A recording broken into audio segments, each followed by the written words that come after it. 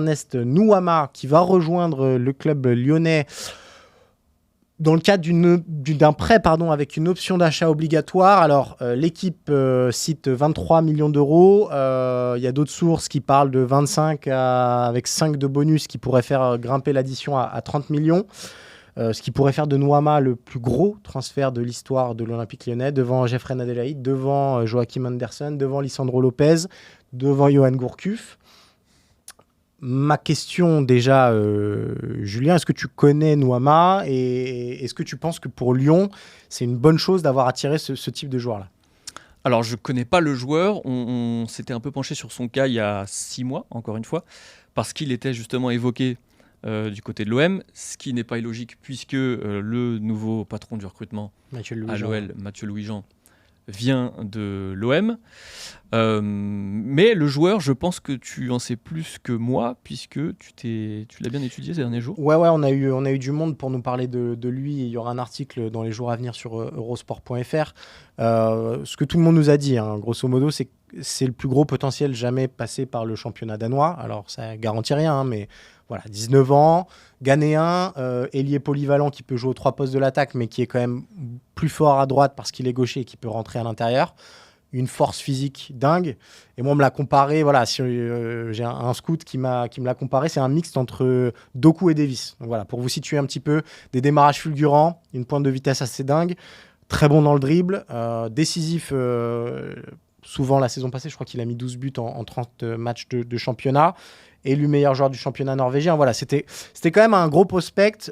Dortmund, Paris, il y avait du monde autour de lui. Et Lyon a réussi à l'attirer, notamment grâce au travail de Mathieu Louis-Jean. La question, pour aller peut-être plus loin que le simple cas Nuama, qu'est-ce que ça nous dit sur l'Olympique lyonnais pour toi ? Alors, à mes yeux, et je pense qu'on ne sera pas d'accord non plus, ça démontre une chose, c'est que le projet de Textor à l'OL n'est peut-être pas si flou qu'il n'en a l'air, parce que j'ai quand même la sensation qu'il y a des personnes compétentes à des postes clés, que finalement, effectivement, le mercato de Lyon est compliqué, mais que Lyon paye surtout ce qui s'est passé ces dernières années et pas forcément ce qui se passe depuis que Textor est à la tête du club. On se souvient de l'épisode DNCG avec Toko Ekambi, avec les rapports Transfermarkt, enfin bref, qui dévoilent quand même certaines choses sur tout ce brouhaha.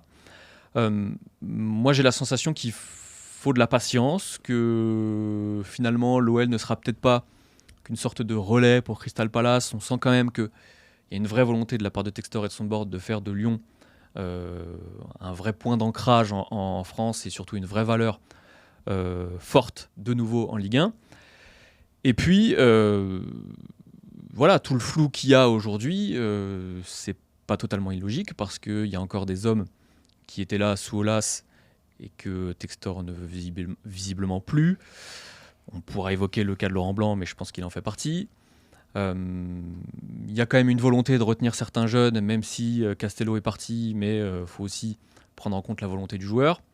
Idem pour Barcola. Donc bref, je trouve que les signaux qu'on entrevoit au milieu de tout ce fouillis sont plutôt encourageants. Ce qui est paradoxal, c'est que... Alors moi, je trouve que c'est un signal impressionnant, voilà. Je le dis parce que on l'a dit. T'es d'accord finalement alors ? Non, mais on est d'accord sur le fait que Lyon entre dans la modernité en fait avec ce genre de transfert-là. Alors peut-être que ça ne marchera pas et qu'on dira dans 6 mois c'est le plus gros flop industriel de l'histoire de l'OL, même dans 1 an et demi, 2 ans, peu importe, mais que l'OL arrive à se positionner sur des joueurs de tels prospects qui sont désirés par des clubs qui sont européens, parce que là, vendre le projet sportif à un joueur aujourd'hui, le projet sportif de l'Olympique lyonnais, mais bon courage. Les 2 matchs, c'est une catastrophe. On ne comprend pas trop où va Lyon. On a Laurent Blanc qui fait des déclats assez lunaires. Enfin voilà. En fait, il y a un vrai paradoxe entre ce qui se passe sur le terrain et ce qui se passe en coulisses.